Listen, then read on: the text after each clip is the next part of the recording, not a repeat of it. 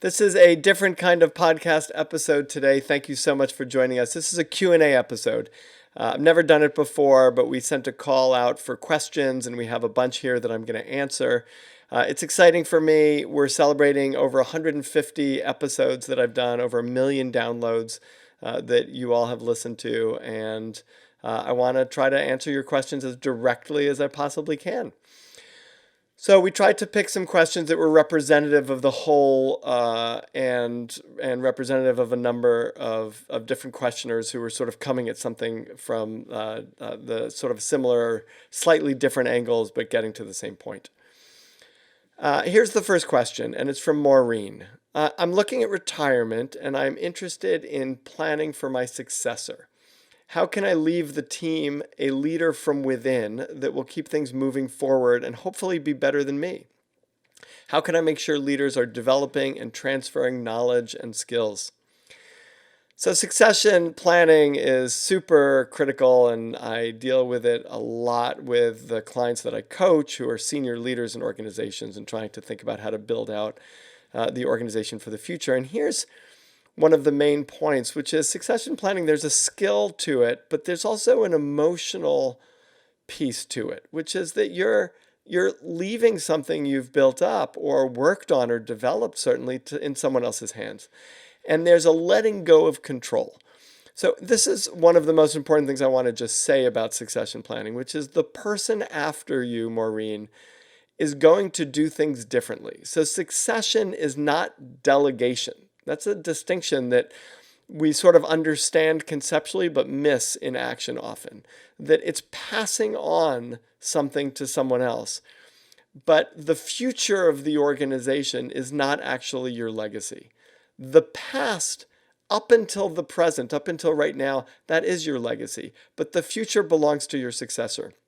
And so developing a successor and then transferring the company or the organization or the future to that person are two different things. And it's not just skills and knowledge, it's really leadership.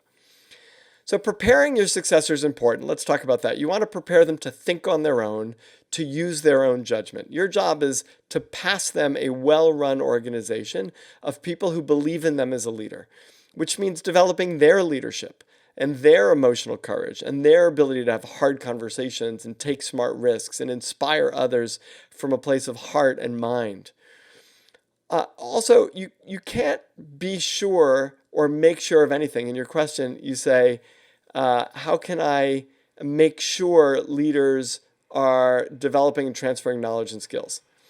And I think, this is part of what I mean by letting go, which is we could do our best to create a foundation, but we can't make sure of any of it. I think of Alan Mulally, who was incredibly successful at Boeing and Ford, and I look at those two companies right now, and I think, their successors have struggled. And it was his job to bring the organization up to the point where it was and to help the next people prepare, and then he really needs to step out. And that's super hard to do. So I know you probably know that, but language has an important influence on your state of mind. So it's worth pointing out this idea of you can't make sure of anything, but you can stack the deck in their favor. You can give them the skills to stand on their own. And this is not so different from parenting. The less you control now, the more you give them the opportunity to make mistakes and learn from their mistakes on their own, the better prepared they'll be.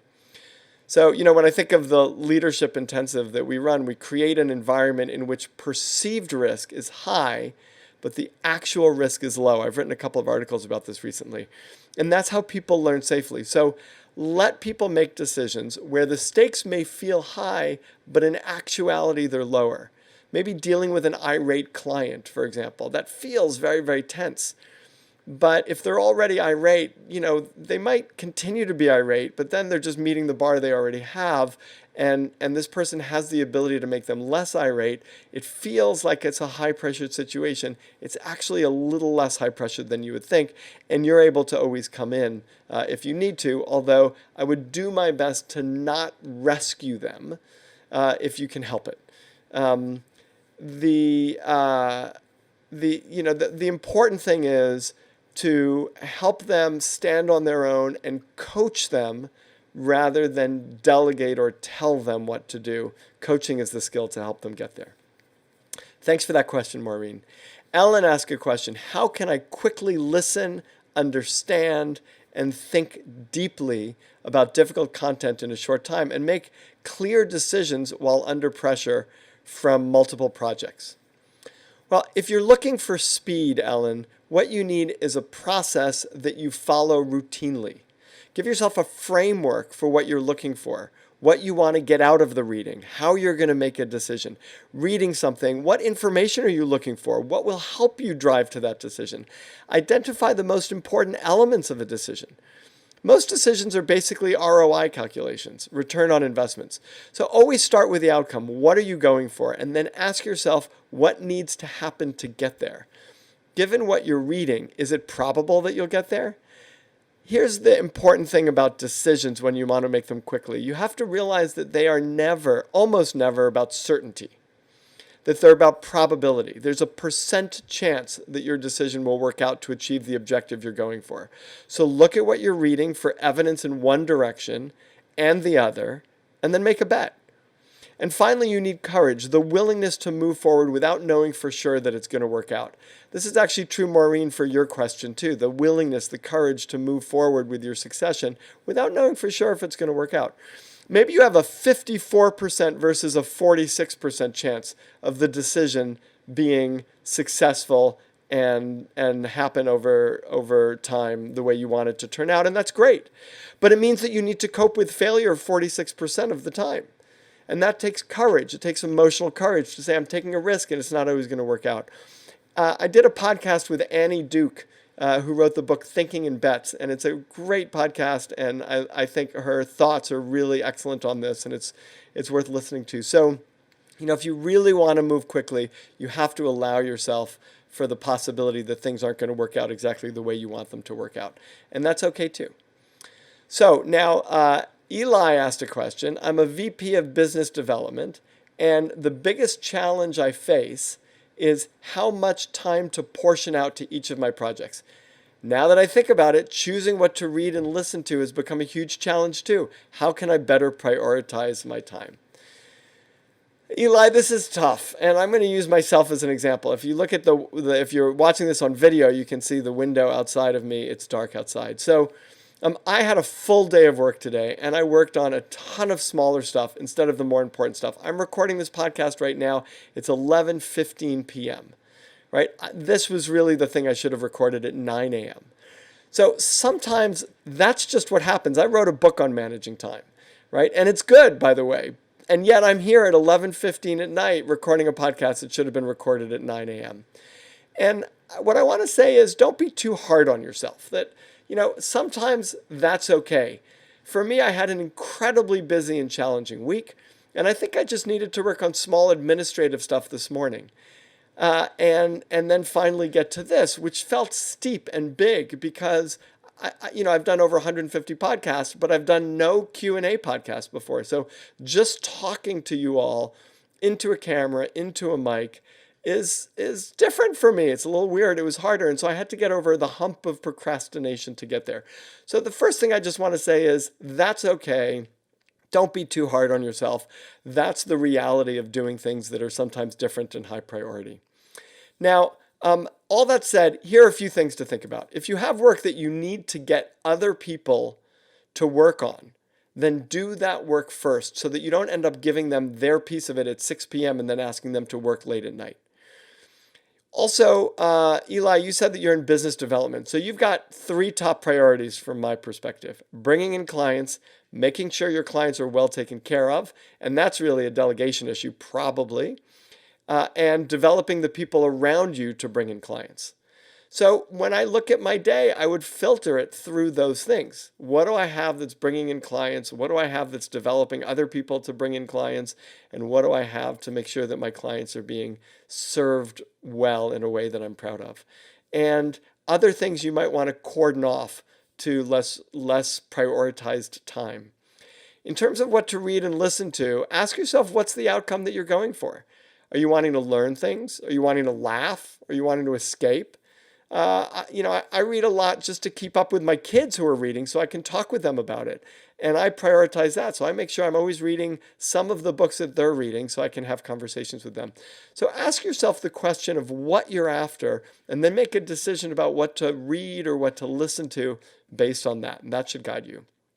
Thanks for that question, Eli.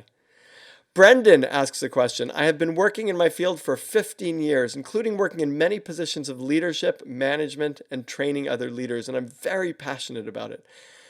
I have a vision for how to transform my industry, but those at the top of the industry are not interested in change and actively resist what seems to be a much better way to do business. In a situation like that, how does one break through? I love this question. So here's my question to you. What kinds of risks are you willing to take, Brendan? In other words, how publicly can you go out with your vision? Can you speak about it? Can you write about it? And to whom? Can you find some allies who have power, some people in the industry who want to transform it also? Or even ones who don't have power that you can collaborate with? And can you try and experiment, a pilot? Take your ideas and test them. Maybe in a small way. Remember what I talked that we do in the Leadership Intensive? A high perceived risk, low actual risk. So it may feel like a high perceived risk for you to test your ideas at all, but try to do it in a place where the actual risk isn't huge. In a small way, but a way that can garner you some attention. And then maybe write about that. Or do it jointly with someone who has a power network that can get your vision some attention. Evangelize in a way that people may find it hard to ignore. And, like in one of my answers to one of the previous questions, test your idea in a way where the actual risk is lower than the perceived risk. So take a chance to talk about something that you think other people may not believe in and do it convincingly. Ask them afterwards how it went. Ask them how you could have spoken about it in a way that would be more persuasive. We do this fun thing too at the Leadership Intensive, something that we might be changing it this year, but something that we call Take a Risk Night, where we ask people to stand up in front of everyone and take something that feels like a risk to them. And a lot of people share things that feel edgy to them or a little risky. That's you could do that practice anywhere, to gather some people and take a risk to share something that you're not sure will be accepted or will be received as well as you want it to be. And that's part of the skill of evangelizing about something you're passionate about, transforming your industry to people who may not be so open to it.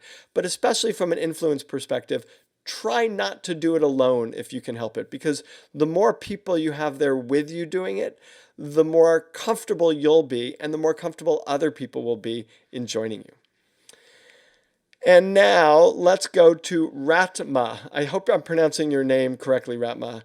How do I handle long-term employees who may have organizational memory but are otherwise toxic and unproductive? So I said the time management one was tough, but this is really tough. This is a really hard one. And yet I see it a lot, which is one of the reasons why I picked this question. So Ratma, there's a couple of things that you can do. The first thing I would suggest you do is understand why they're toxic and unproductive. It might be their experience of change, or they're feeling less relevant, or something that's bothering me. It's probably tough for them. And empathy is important. And it's important for you to be able to engage with them empathically. And it's important for them to feel your empathy. So already that makes a big difference to your experience of them and their experience of you and the work that they're doing. The next thing I would do is have a straight up conversation with them about how important they are to the organization, right? You've said that because they hold important organizational memory, and how difficult their behavior is. So you're not blowing smoke here. You're being honest. I'm asking you to repeat to them what you repeated in the question, Ratma, right? Which is you have really important organizational memory. You're really important for the organization, and your behavior is really toxic and unproductive and very difficult to work with. So, and then tell them what you need from them and ask them if they can do it. And maybe ask them what they need from you in order to do it, right? And do it in a way that they can share what's honest for them and what's true for them. And that you want to ask them to share what they know with other people, right? So here's what you might be thinking. You might be thinking that's risky. If you get real with them, they might just walk and they'll take their knowledge with them. And here's what's true. That's true, right? So it's true that they might leave. But it's also true, or at least it's a very high probability, that if the employees leave like that, like if they're willing to leave based on a conversation like that, then they most probably would never have shared the knowledge anyway. And that's the most likely scenario. And so keeping them on board bitter and unproductive will only make it harder for others to learn what they need to learn. But this is your best shot at getting them to share their knowledge and maybe even become more productive and less toxic. And worst comes to the worst, if they leave, I've seen this a million times, somehow we all manage to get the information we need in order to keep going. So I've seen really critical people leave, and somehow the organization continues on. So don't be afraid of losing them, so much so that you can't have a real conversation with them. Instead, have that real conversation with them and give them an opportunity to contribute, or give them an opportunity to leave professionally and with grace and dignity, and help them to do that. And you got to start there by being empathic with them, and then be direct and honest with them and let them make a choice. So those are the questions that I had selected and the answers. I hope that you have enjoyed this episode. I'd love to know what you think of it, and I'm very happy to receive feedback. You can send me feedback as an email, and let me know what you think, and let me know what I could do to get better at all this stuff, because this is new for me and I don't know entirely how I feel about it, just talking into the camera directly without having a guest, but would love to get your perspective. Thanks again for listening to the Bregman Leadership Podcast, and I look forward to seeing you or talking to you again soon.